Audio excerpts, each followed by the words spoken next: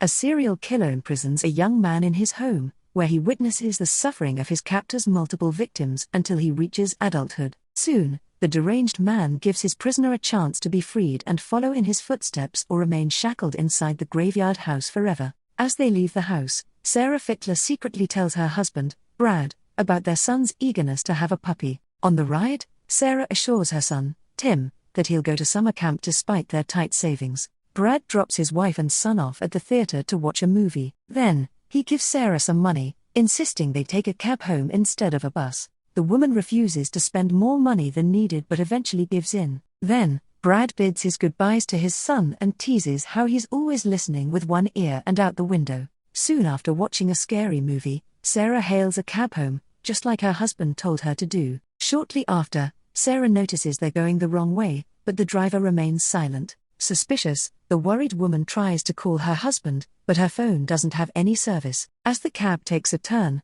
Sarah demands that the driver stop the vehicle, but the driver shuts the sliding window and locks the doors. Realizing the danger they're in, Sarah thrashes in her seat while comforting her confused son. When the car stops in a desolate field, the driver exits the vehicle, so Sarah advises her son to run when she says so. However, the man punches the frantic mother unconscious, rendering their plan useless. Moments later, the cab driver parks inside a garage while Sarah awakens in the back seat. The kidnapper, Bob, pulls the mother out of the cab, so she closes the door immediately to protect her son. Tim watches the man drag his mother inside the house, telling her son to cover his ears. However, Tim later hears his mother screaming, so he cries and wets himself in fright. Shortly after, Bob drags Tim into the house, where he sees his mother's blood on the floor. Then, the deranged man sits Tim on a bed, but the boy fights back and kicks him in the crotch as he cries for his mother. Bob doesn't punish him but says he should learn to live without his mother,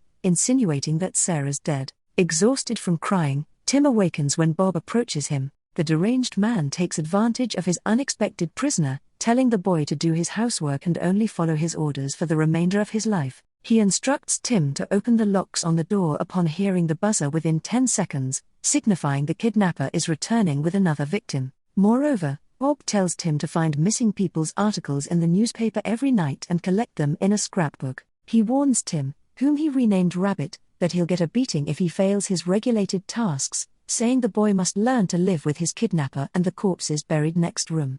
2 months later, the vicious man shows Rabbit the article about him and his mother's disappearance before leaving the house. Shortly after, the boy climbs the shelves to the attic, where he exits through the vent. Unfortunately, Bob watches him from outside since he expects the restless boy to attempt an escape. Nevertheless, Rabbit screams for help despite the barren field surrounding the isolated house. Bob encourages him, letting his prisoner know that no one will hear him and come to his rescue. He calls him predictable as he throws rocks at the desperate boy. Then, Rabbit grabs a rock to retaliate but surrenders immediately as he feels defeated. However, Bob motivates him to persevere and gives him a running start before chasing him. But when Rabbit climbs down from the roof, the vicious man throws larger rocks at him until he hits him and falls unconscious. Due to his failed escape, Rabbit is now chained at his ankles while he continues cleaning up the murderer's mess. One day, Bob returns with another woman, whom he defiles on his bed. The miserable man sobs over the victim's corpse while Rabbit listens from the door. Afterward,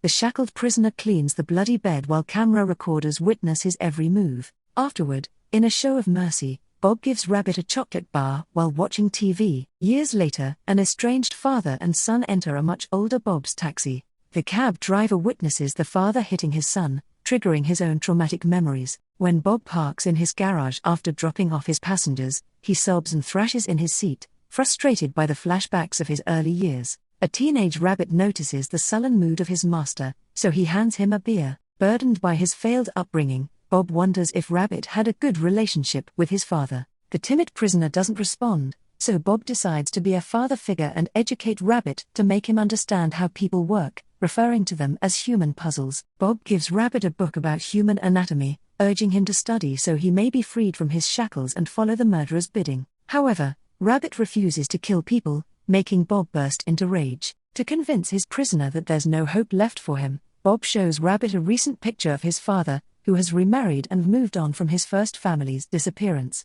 Despondent, the teenager declines Bob's beer but decides to study the books no matter his kidnapper's goal. As time passes, Bob quizzes his anxious prisoner about human anatomy, impatiently enhancing Rabbit's knowledge. One day, the vicious man struggles with a victim in his room while the chained prisoner covers his ears to block the sinister screams. Suddenly, Bob shouts in pain when the woman fights him back. The wounded victim hazily searches for a way out, while Rabbit flinches when she begs him to help her escape. However, Bob has recovered and immediately ends the woman's life. Then, Rabbit stitches his master's wound from his fight with his latest victim, claiming he enjoyed watching the woman struggle. Soon, an intoxicated Bob wakes his prisoner and shuffles his victim's licenses like a deck of playing cards. The two exchange the dead women's names, reciting the memorized details of their personal identification. Rabbit says he knows nothing about a woman's real weight like Bob, so the murderer assures him he'll learn and experience it soon. While Rabbit cleans a victim's corpse, he rummages through her bag and keeps her cutter knife. Meanwhile, Bob thrashes and clenches his heart in bed, troubled by nightmares about his deranged father, who beat his family and forced him to take advantage of his mother. Soon after, Bob brings home an intoxicated woman, who cheerfully introduces herself as Mary to the shackled man. Bob orders Rabbit to take Mary to the restroom, where she's eager to relieve herself. Hesitantly, Rabbit leads the woman to the restroom, but Bob tells him to take her into the other room, where he kills his victims. Mary thinks nothing of the dark concrete room, so she takes a smoke to satisfy her needs. Then, Bob takes the unassuming woman's hand and slits her throat, thus ending her life. Rabbit then identifies the severed blood vessel, putting his knowledge about human anatomy to the test. Afterward, Rabbit places the smoke pack with Mary's buried corpse, showing sympathy for the cheery woman. That night, the shackled man screams in his sleep, haunted by nightmares that keep Bob awake. The following day, Bob hands his prisoner a school yearbook, telling him to choose someone who is supposed to be their next victim. However, Rabbit drops the book, refusing to cooperate with his captor. Containing his rage, Bob claims his son should not grow up to be uselessly educated. Rabbit denies being the murderer's kid, so the vicious man grabs him by the hair to gaze at the home he's known, convincing him that they're family. Left with no choice, Rabbit picks up the yearbook and quietly retreats to his bed. Shortly, Bob removes his prisoner's shackles, bewildering the old-time prisoner. While watching the news about another woman's disappearance, Bob proudly claims the police don't have any evidence of the missing reports. He says they're listening in one ear and out the window, which Rabbit remembers how his father referred to him years ago. Rabbit hands his captor the full scrapbook of his victim's articles, so Bob says he'll get a new one. Suddenly, Rabbit asks his kidnapper about his reasons for committing the murders. Taken aback, Bob says the women compel him to kill them, but Rabbit disagrees.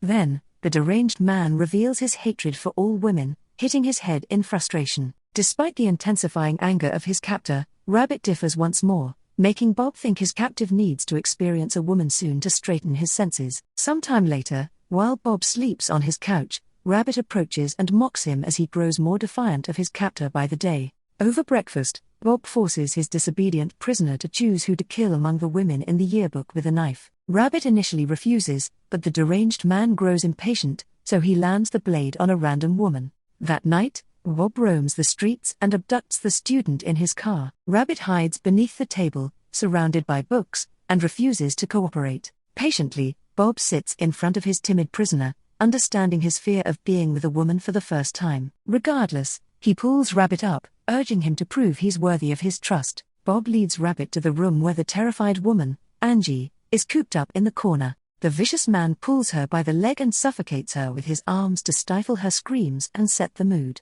As Angie quiets down, Bob grabs his knife to end her. However, he decides to leave it up to Rabbit, saying he'll kill her if he doesn't, and hands the timid man the weapon. When Bob exits the room, Rabbit drops the knife and slumps down. Angie realizes that the teenage man is harmless compared to her abductor, so she introduces herself and tries to get to know him better. Rabbit grabs the knife as the woman approaches him, but she urges him to fight the deranged man. Since Rabbit is mentally re-signed to his captor, he claims they can't escape, so Angie offers her body instead. However, the distressed teenager refuses, thinking that copulation involves killing. Learning that Rabbit hasn't done both, Angie leads him on while crying in the hands of her merciful killer. Suddenly, an impatient Bob barges into the room, compelling Rabbit to stab Angie, and he screams at his captor to leave them be. Shortly after, Rabbit drags Angie's body next door while Bob sleeps. Covered in blood and dirt, Rabbit faces his captor, saying he wants to hunt.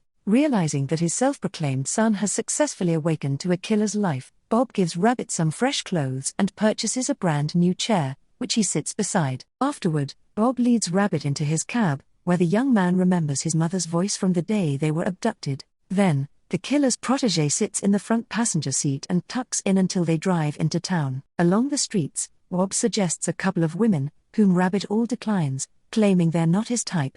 Then, the deranged man realizes his son is overwhelmed by selecting his next victim, so he decides to return home and watch Rabbit's video instead. Alarmed, the protégé realizes that Bob has recorded his moment with Angie. He reasons that he doesn't want the professional killer to witness his inexperience, but Bob insists. Shortly, a police car patrolling the area passes by, so Rabbit ducks as the cab driver parks by the road. When the police pass by, Bob sees his car's reflection on a glass board and reads the word help written on the side, which his protégé had written earlier. Furious about Rabbit's betrayal, Bob hits him and scrubs off the mark on his cab. On the way home, the deranged man realizes that Rabbit had purposely stabbed Angie, convincing their captor that he had killed her. However, Rabbit avoided her vitals and persuaded the woman to pretend to be dead. Then, he hid her in the next room and gave her a flashlight, water, and a cutter knife to protect herself. Back at the garage, Bob knocks his protégé unconscious and heads inside the house, calling for Angie. When Rabbit regains consciousness, he hurriedly pounds at the locked door and breaks it open with a crowbar. Concurrently, Bob crawls to Angie's hideout with a knife, but the woman suddenly points the flashlight at him and slashes his heel. Pained and enraged, Bob attacks his captive when Rabbit arrives. Seeing Angie unmoving, Rabbit strangles his captor and thrusts the knife at him without thinking twice, ending the serial killer's life. Then, the wounded woman faintly calls Rabbit, who looks at her in relief. Afterward, Angie recovers in the house while the longtime prisoner reads through the letters addressed to Bob, whom he buried with the killer's victims. Sometime later, Rabbit knocks on his father's house, where he finds Brad carrying a puppy. The distressed man claims he wanted a puppy before, but his parents couldn't afford it. Confused, Brad stares back at the stranger, whom he recognizes as his first son, Tim. Marie, Brad's new wife, warmly looks at her husband's long-lost child and invites him inside their house. Tim looks around at the extravagant home, remembering his family's substandard life before he got abducted with his mother. Brad asks where he's been, so Tim reveals that his mother was killed, earning sympathy from Marie. Then, Tim hands his father a letter, which he claims Brad has given his brother, Bob. However, Marie claims her husband doesn't have a brother, but the tearful man ignores her, dumping his frustration on the apathetic man. Suddenly, a boy, Colin, intervenes, but Brad impatiently orders him to retreat to his room. Tim recognizes his half-brother and repeats his father's words, in one ear and out the other, which he also heard Bob say. Then, Marie reads Brad's letter to his serial killer brother, which contains Sarah and Tim's younger pictures, and learns that her husband paid Bob to get rid of Brad's first wife and son. The tormented man threatens Brad, who challenges him and pushes him to leave. Deterred by the truth, Marie stops her husband from beating Tim, so Brad chases his wife and pins her to the floor. Tim watches his father manhandle Marie the same way Bob beats his victims, so he grabs a glass ornament and hits him. When Brad struggles beneath his son, Tim hits him in the head, ending him instantly. Then, Marie thrashes her living room, telling Colin to remain in his room. She encourages her husband's tormented son to escape as she calls for the police, claiming someone broke into her house and killed Brad. Afterward, Tim returns to the isolated house, figuring out his way alone in a killer's abode, where he still feels bound after years of torment.